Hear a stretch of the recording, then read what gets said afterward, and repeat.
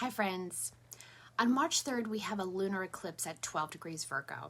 And I really want to walk you through this one because it's layered. And I think understanding what's happening in the sky can really help us feel less overwhelmed by what we're sensing. So this eclipse is happening in Virgo on the South Node. And that's important because South Node eclipses release. They clear, they bring up karmic patterns to the surface so we can see what we've been running on autopilot or unconsciously from a survival mode. And directly opposite the moon in Virgo is the North Node in Pisces with the sun, along with Mercury Retrograde, which stationed retrograde on the 26th, and bookended by Venus in Pisces and Mars in Pisces. So this isn't just a Virgo eclipse, this is a Virgo-Pisces axis activation. And we've been working with this under the eclipses since September of 2024. And we're getting close to wrapping up this healing and improvement work because the nodes shift into Aquarius and Leo this summer. Now Pisces, a deep water sign, absorbs energy, emotions, everything, including what isn't theirs. Pisces doesn't just process personal emotion, it takes in the collective field. And through Neptune, Pisces governs the collective unconscious. That emotional atmosphere, the subtle currents most people can't explain but absolutely feel. And if you're a Pisces or have a lot of Pisces placements, I'm sure you resonate with this. But even if you don't, if you've been feeling more tender, tired, emotionally porous, or like you're carrying things that aren't entirely yours, or feeling the weight of the world, and you're really ready to put things down, this is Pisces energy consuming you now.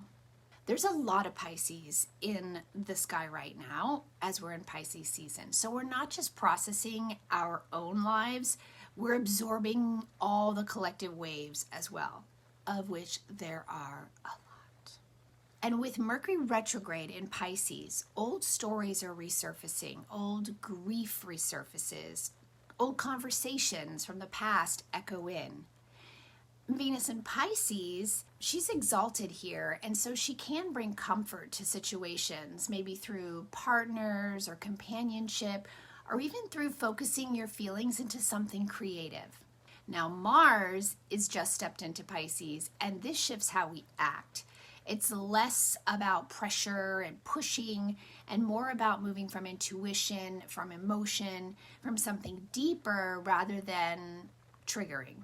Then across the sky, that moon in Virgo illuminates where we're trying to manage all that. Virgo wants to fix, it wants to improve. Virgo wants to organize the emotional chaos into something manageable, controllable. But this is a South Node eclipse, which means we're being shown those old Virgo coping strategies that aren't working anymore, and they're now exhausting us and maybe even making us sick. So handling all the things for everyone, being over responsible for everyone and everything, carrying everyone's feelings, that's got to go. Believing that if you just do things right enough or perfect enough, that no one will be disappointed or everyone will be good and everything will be good.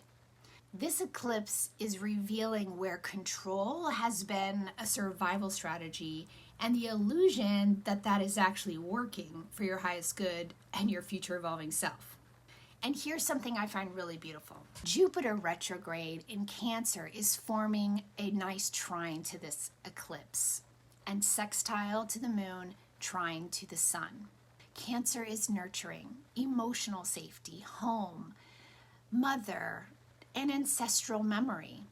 So while this eclipse is releasing old patterns and hyper responsibility, Jupiter in Cancer is saying you're allowed to feel safe while you do this. You're supported, you're emotionally supported, and there's support available. Now as we zoom out, Saturn is in Aries right now, and it's still conjunct Neptune. Aries is identity and it's birth of the self, it's initiation, it's courage. And Neptune dissolves while Saturn structures. So collectively, personally, we're in this kind of strange in-between moment where old identities are dissolving while the new ones are trying to take shape still. Old authority structures are dissolving. Old definitions of strength are dissolving. Old roles you stepped into out of a necessity are dissolving. Saturn in Aries is asking you to build consciously, with more maturity, with clearer boundaries, and with inner authority. All things we have been working through the last years with Saturn in Pisces. And check out my last video because you may still be navigating this energy through the perspective of your solar return chart. Now, Saturn in Aries is answering to Mars, which remember is now in Pisces. So even in our actions, that action planet is swimming in emotional intuitive waters. So this eclipse isn't about force. It's not about hustling your way into that new identity. It's about taking compassionate, aligned action on your healing. That's the difference. So when this eclipse illuminates where you're exhausted, where you've been over managing, where your nervous system has been like bracing, it's here to say you don't have to build your life from that survival anymore. And this is where Saturn becomes personal with my work. Saturn represents inner authority, the father archetype, the voice that tells you how to be responsible or why you need to be responsible. When that voice is unconscious or wounded, it sounds like pressure. You should be further. You're not doing enough. Don't mess this up. And the way you move through this, the way you take action on this healing is going to depend on your elemental nature, especially your sun sign, since this is our highest visibility and vitality. So let's walk through this for the elements. If you're a fire sign, Aries, Leo, or Sag, this much water in the sky can feel heavy. You may feel frustrated or dampened. The most supportive thing you can do right now is move your body. Express something honestly or take one brave action that aligns with who you're becoming. Don't internalize the heaviness. Try to transmute it through movement or action. If you're an earth sign, Taurus, Virgo, or Capricorn, this eclipse may hit closer to home, especially Virgo. Notice where you're holding too much, where your identity is tangled up in being useful. Give yourself permission to rest in a way that isn't productive. Easier said than done, I know. But even one small boundary shift can be powerful right now for you. If you're an air sign, Gemini, Libra, or Aquarius, this emotional intensity can feel confusing.